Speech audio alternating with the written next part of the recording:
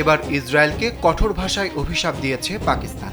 লেবাননে ইসরায়েলি বাহিনীর ভয়াবহ বিমান হামলার প্রতিক্রিয়ায় পাকিস্তানের প্রতিরক্ষামন্ত্রী খাজা মোহাম্মদ আসিফ তেহরানকে উদ্দেশ্য করে কঠোর মন্তব্য করেছেন।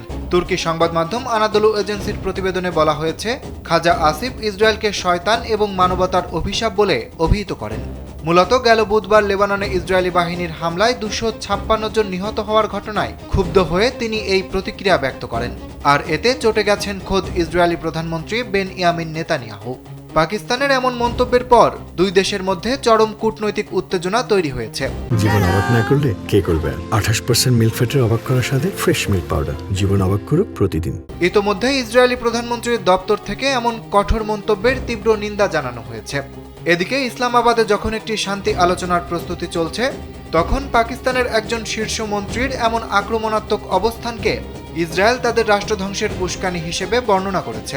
খাজা আসিফ সামাজিক যোগাযোগ মাধ্যম এক্সে দেওয়া পোস্টে অভিযোগ করেন, ইসরায়েল প্রথমে গাজা, তারপর ইরান এবং এখন লেবাননে নির্বিচারে রক্তপাত ঘটিয়ে গণহত্যা চালাচ্ছে। তিনি অত্যন্ত কঠোর ভাষায় বলেন যে যারা ফিলিস্তিনি ভূখণ্ডে ইসরায়েল রাষ্ট্র সৃষ্টি করেছে তারা যেন নরকের আগুনে পড়ে। তার এই বিস্ফোরক মন্তব্য মুহূর্তেই আন্তর্জাতিক মহলে আলোচনার কেন্দ্রে চলে আসে।